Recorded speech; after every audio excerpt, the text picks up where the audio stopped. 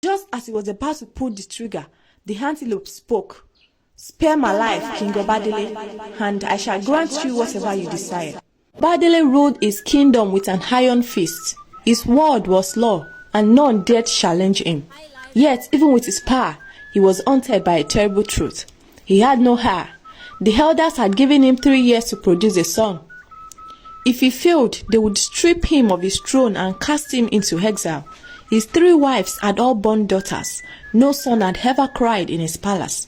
Obadele's frustration grew each passing day. He spoke to no one about his troubles except his mother, Efunshetan.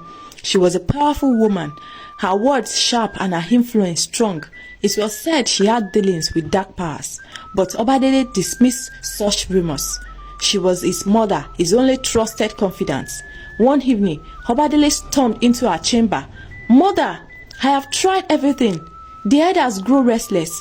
They whisper about replacing me." Efunshetan smiled coldly.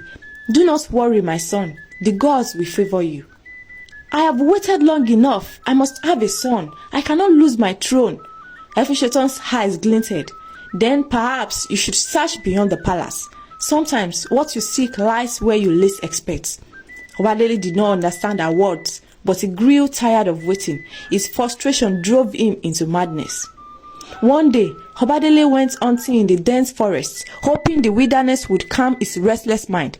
He moved carefully, his local gun gripped tightly in his hand. Then he saw it, an antelope, graceful and swift. His eyes narrowed and he aimed it. Just as he was about to pull the trigger, the antelope spoke. "Spare my life, King Obadele, and I shall grant you whatever you desire." He froze, his heart pounding.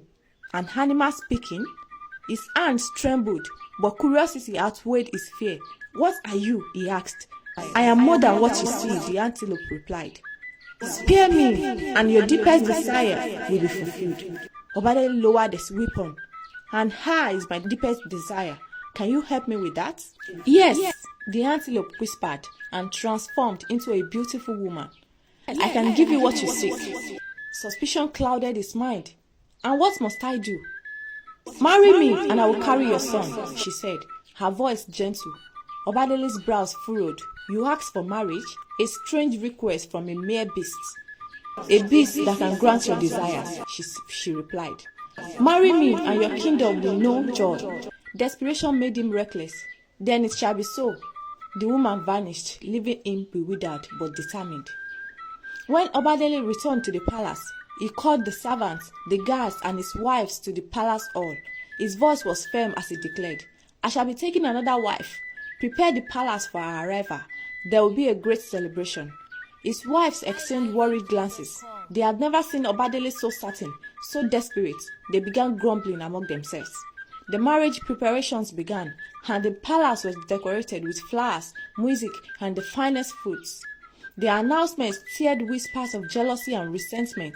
Soon, Adeshewa arrived at the palace, escorted by the king's guards. She was breathtakingly beautiful, her skin glowing like the morning sun, her eyes holding secrets.